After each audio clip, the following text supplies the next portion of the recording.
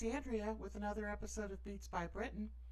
And now that I've upgraded to an M2 Mac Mini and I'm running Logic 11, I wanted to go over some of the differences between Logic 10 and Logic 11 in terms of the drummer track.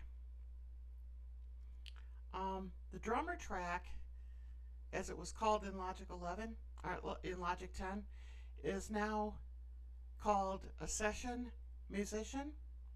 And if you add a session musician track, there's the drummer, there's a bass player, and there's a keyboard player. Now we're just going to talk about the drummer track.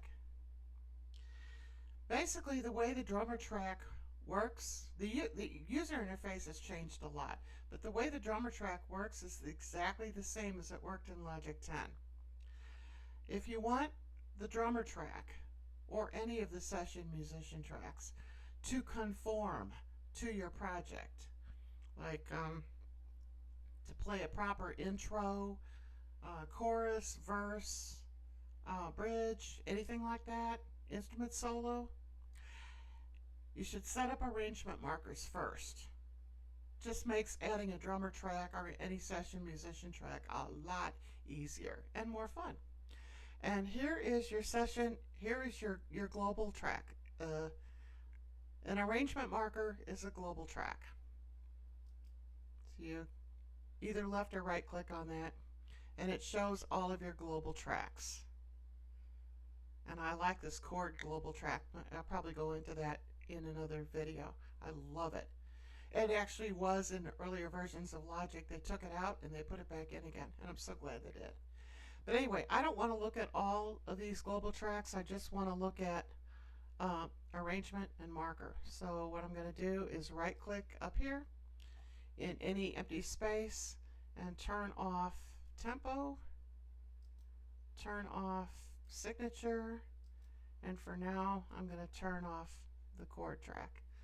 So we've got an arrangement marker and a scene marker.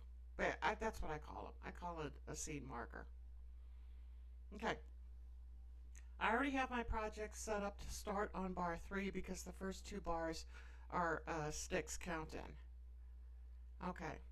So say for example I want an 8-bar chorus. Okay. I'm going to add 8 bars here. 3 and 8. 12, yeah. And then hit the plus sign here under marker. Don't use arrangement yet. Use the marker. Okay. And then I can rename this marker. You're going to right click there and call it first verse. Something like that. Okay. And then go to your next marker and add another 8 bars. So 18 and 8. Click on the plus sign. Rename this marker. We'll call it chorus. Okay. And just go on and on. Next marker is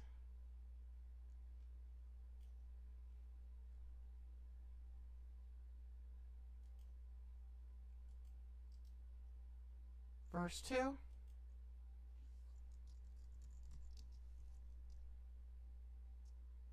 And then we'll add an outro. We'll put like a 32, we'll put like a 4-bar outro here. Make it end at 36. Okay, and this will be our outro.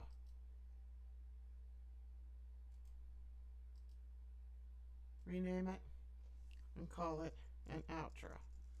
So yeah, this is going to be a real short song. And let's say we want Uh, okay, yeah, that's fine. All right, so I've got a 2 bar count in. My project actually starts on bar 3. Okay. Now we've got markers set up. First verse, chorus, second verse, and an outro. So we're going to convert this marker. See where it says marker right there? You're going to click on that. We're going to click on convert to arrangement markers. Remember, this is very important. The session musicians, including the drummer track, use arrangement markers. Okay, so you're going to convert this to arrangement markers. And now it shows my arrangement with a 2 bar count in, first verse, chorus, second verse, and an outro. Okay? So now I can add a session player. And let's choose drummer and create. And it will automatically fill in a basic drum track conforming to my tempo up here, which is 80, my time signature, which is 4/4, and my arrangement markers. All right. Now, this is the drummer user interface. All right, it does look a little bit different. It's not better, it's not worse, it just looks different. So what I do, I've got a drummer track filled in for all of my arrangement markers. Let's play it. Here's my count in. First verse, and so forth. I can change the drum pattern for each region individually. So just click on that and adjust the complexity, the intensity, the fills, and all that kind of stuff for just one region or for the entire thing. And what I'm going to do is change it for the entire thing. So I've highlighted all of my regions, again, which conform to the arrangement markers. 2 bar count in is right there. First verse is right there. Chorus is right there. Second verse and the outro. All right, so I'm going to change complexity.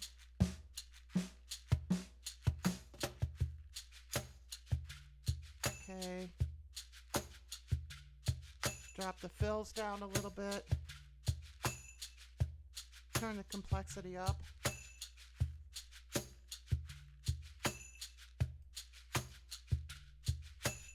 Add a few kit pieces.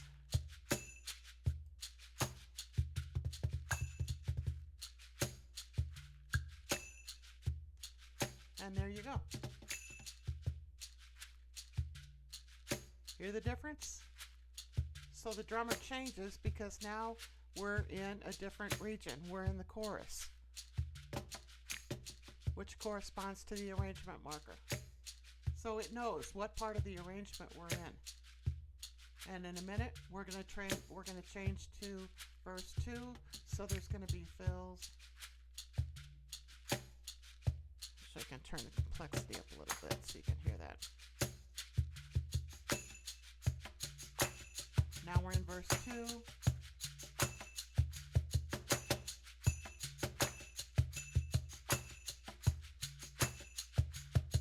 And there you go.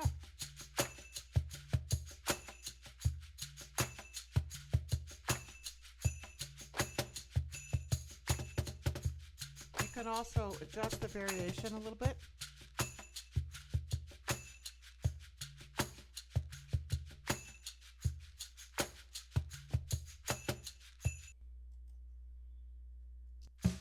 You can change your tempo to cut time, double time.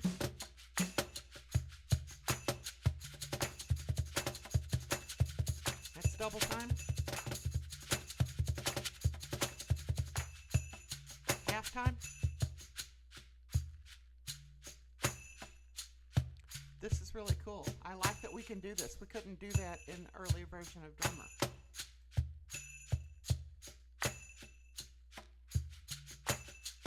Turn your dynamics up a little bit.